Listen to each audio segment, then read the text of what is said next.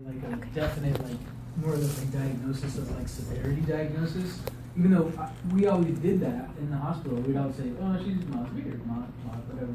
But yeah, we didn't, but we could, and we probably should. Okay.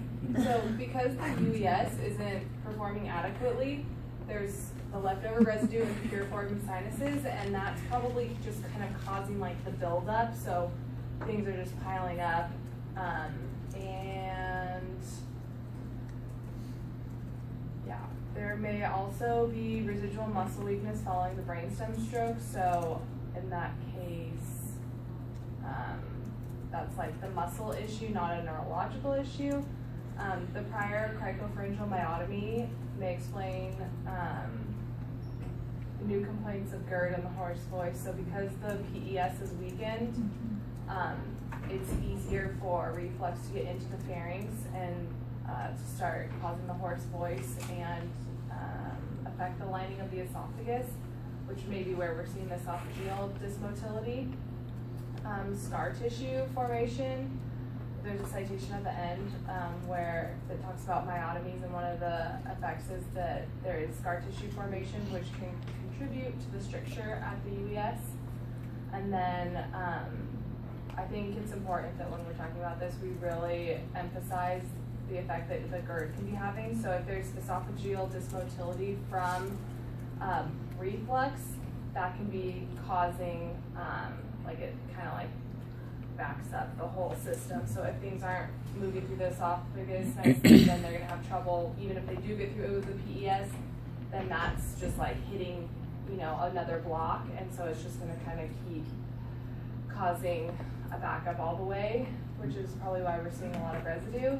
So the question asks us to think about what the new complaints can be due to. And so the scar tissue formation due to myotomy, that's pretty likely. An additional subclinical stroke, we don't have a report of any symptoms, but that's why we're gonna ask those other questions. A GERD-related stricture, definitely. She has in her case history complaints that would make sense for that. And then the weight loss suggests a new problem potentially. So maybe this is like a new swelling problem, but most likely is related to myotomy and the GERD symptoms. So with that, what it comes down to is we know she has GERD. It might not be treated properly.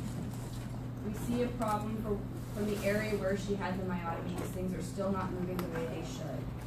And those are both things that are not in the scope of what we treat. So we would want to refer her a couple of places. We want to refer her to a GI because there's esophageal involvement that's not in her scope of practice. Ongoing consultation with the otolaryngologist for management of the stricture. And we also want to monitor vocal hoarseness because she was having symptoms of possibly the acid going over towards her larynx. But overall, we are not going to intervene or do exercises or any type of therapy because it's likely due to either iatrogenic causes, which was the myotomy and possibly scar tissue, or it's due to GERD, which we also don't really touch. and growers, where Megan found this amazing answer was from growers like textbook example cases. So originally we had thought that we might want to like give some exercises just to make sure we were covering all our bases. So from that, I would say don't say that we intervene, but if they ask a follow-up question on like, well, could you recommend some exercises if they wanted something, or you know, something, I don't know that that will be a question, but if so, then recommend effortful swallow, Mendelssohn. Before that, I would say send them those places. Yeah, send them those places. If there's a problem, come back and then we'll go from there. But I would say just in case, have that like in the back of your mind if for some reason they ask something saying like, oh, well, what would you do? You know, like those are the things that are going to work on the hyoid elevation, which is important in opening the UES. Because it creates traction on the UES, so like, yeah. Just like don't say that initially, but if they want to know, then That's like a third that would make resort sense. down the line. Yeah. Oh, and definitely talk about the dietitian, because that was his number one referral on his website, was referring to the dietitian for the weight loss. If you don't get that under control, then everything else is covered. If you guys want to look at it's the same exact case. Everything's the same. It's the same video, same case history, except Yeah. a little bit. Some of the details Slightly. changed, added. Do you But- still have your textbook? Mm-hmm. Okay, if you go on the website, Show and you them look the thing. under It's on the the- first. It's like the first couple pages. if you there's look that under, page right there. yeah, it's this website, if you look under the Chapters. critical case questions, it's under chapter 7, it is case number 3. Say that again. It's on the website, it's under the critical thinking case studies, it's chapter 7, it's case number 3.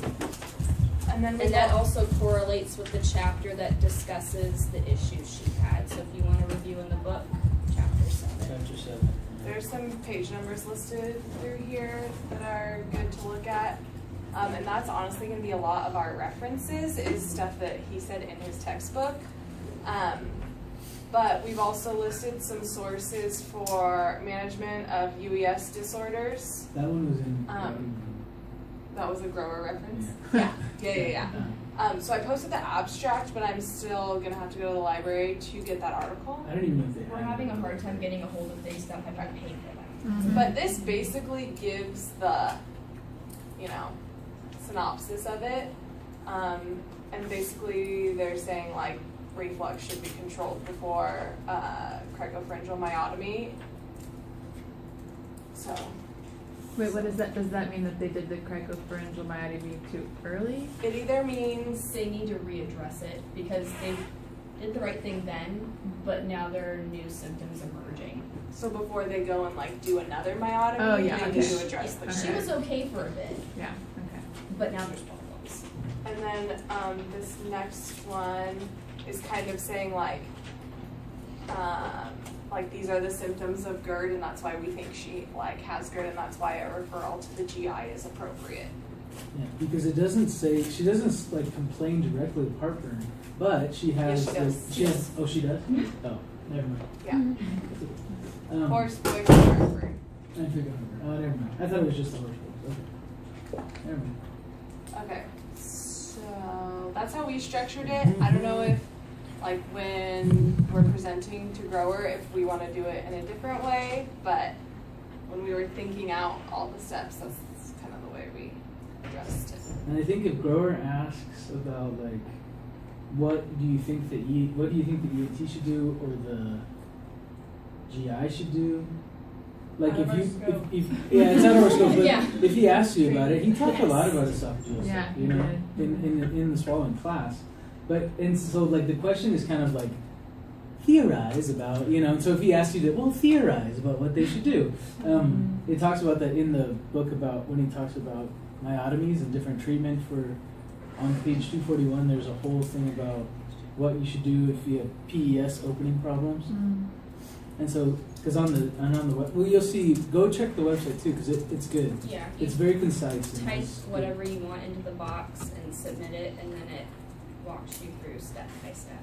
Yeah, because it'll ask you a question, and then like you have to try to think of the answer. But if you just type like, and then it'll just give you the answer. So you don't actually have to What do you try. type, David? I just have a question because I think I remember reading something like the myotomy, to do that again, it's like not that success. It's something that doesn't work that well over time. Like it's not a successful treatment because you have to keep on doing it. So, I mean, just to play devil's advocate, is there like a different suggestion? I know I get the GERD under control, Yeah. but what would you suggest if, like he says, okay, what else A lot besides the of it. myotomy? Do you change the diet? A lot of it would ride on the dietitian at that point, because this woman's intentionally, she's avoiding certain types of foods. So the dietitian would need to find more calorie-rich or calorie-dense things to give her, and the consistencies that she can handle to compensate for having a poor opening. And do you think that should she switch?